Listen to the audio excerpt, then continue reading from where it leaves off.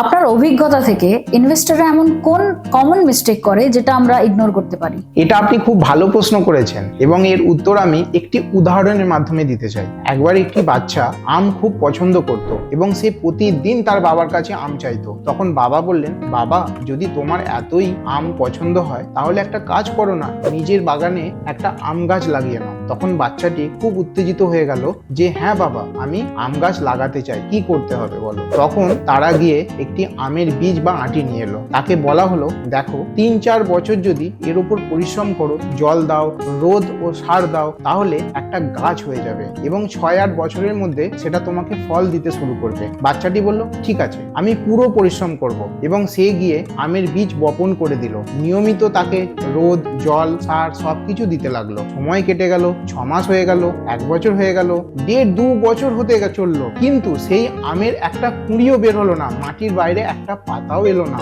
এখন বাচ্চাটি কাঁদতে কাঁদতে চিৎকার করতে করতে বাবার কাছে গেল, বলল, বাবা আমার সাথে প্রতারণা হয়ে গেছে, আমি এত পরিশ্রম করলাম কিন্তু সেই আম গাছ তো উঠলোই না, আমার কোথাও ভুল হলো। তখন বাবা জিজ্ঞাসা করলেন, বাবা মনে করো তুমি তাকে জল দিয়েছিলে? সে বলল, হ্যাঁ বাবা আমি জল দিয়েছিলাম। তুমি তাকে ভালোভাবে রোদ পেতে দিয়েছিলে? হ্যাঁ বাবা আমি রোদও পেতে দিয়েছিলাম। তুমি কি মাঝে মাঝে সার দিয়েছিলে? হ্যাঁ বাবা আমি সারও দিয়েছিলাম, আমার কোনো দিক থেকে কোনো কমতি ছিল না। তখন বাবা বললেন, তাহলে হয়তো এমন হয়েছে যে সেই আমের বীজটা ভেতর থেকে পচে গেছে।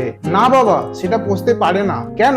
কারণ বাবা আমি প্রতিদিন রাতে সেই আমের বীজটা মাটি থেকে বের করে চেক করতাম এটা পচে গেল কিনা। বন্ধুরা, এখন কি আপনারা আমার কথা বুঝতে পারলেন?